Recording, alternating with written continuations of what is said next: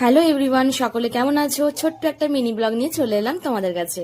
কাল রোদ্দুরের মধ্যে বেরিয়ে পড়েছিলাম বর্ণালী আর আমি। কোথায় যাচ্ছি জানো? হ্যাঁ, যাচ্ছি আমরা শ্রীরামপুর। কিছুই না, কিছু জিনিস আমার কেনাকাটা ছিল, তার জন্যই আমি যাচ্ছি। আর এত রোদ্দুর দিয়েছে গরমের মধ্যে, বাপরে বাপ। ট্রেনে উঠে পড়েছি। ট্রেনে উঠেই তো কিছু না কিছু খেতে ইচ্ছা করে, তাই না?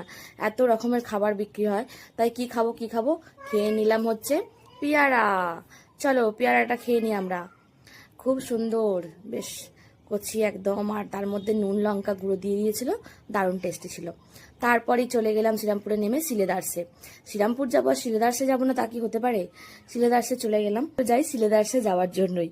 সিলেদার্সে কারণ আমি ভীষণ ভীষণ জুতো ভালোবাসি, তাই সিলেদার্সে গিয়ে দুটো আমার আমার জন্য, নিজের জন্য দুটো জুতো নিয়ে নিয়েছি।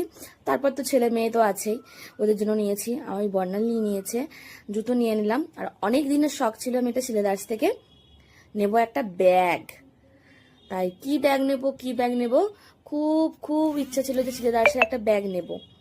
তাই একটা ব্যাগ পছন্দ করে নিয়ে নিলাম। খুব সুন্দর ব্যাগটা, খুব পছন্দ হয়েছে। তোমাদের অবশ্যই পরে দেখাবো যদি এখন না দেখতে পাও। তো হালকা করে দেখো, প্যাকেট করছে আমার ব্যাগটা, ওই দাদাভাই প্যাকেট করছে হালকা চকলেট কালারের। ওই দাদাভাইয়ের হাতেই আছে, ওই যে হাতে দেখো। হ্যাঁ, ওই ব্যাগটাই আমি নিলাম। তারপর ওখান থেকে চলে গেলাম একটু শ্রীরামপুরের রাজবাড়ি। এই সেই রাজবাড়ি, ভীষণ ইচ্ছা করছিল যে কোথাও ঘুরে আসি কোথাও ঘুরে আসি। তো ওখান থেকে টোটো ধরে বললাম চলো একটু কোথাও ঘুরিয়ে নিয়ে আসো তো আমাদের। বললো রাজবাড়ি আছে আর কি বলে চার্চ আছে, আমরা চার্চে যাবো না, চলো রাজবাড়িটাই ঘুরে দেখা যাক। রাজবাড়ির ভেতরে চলে গেলাম।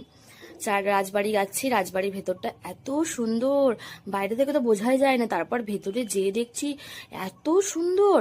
আমি তো যেয়ে পুরো অবাক হয়ে গেলাম, এত সুন্দর ভেতরটা। আমি আবার ভয় পাচ্ছি যে কেউ আছে কিনা, দেখো না সামনেটা পুরো অন্ধকার।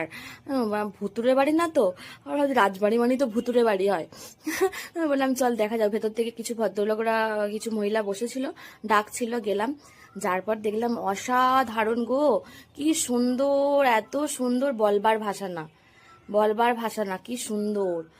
আমি তো ভীষণ ভীষণ হ্যাপি হয়ে গেছি। যদি জানতাম যে এত সুন্দর ভিউ, তাহলে তো একটু সুন্দর করে সেজে যেতাম ছবি তোলার জন্য।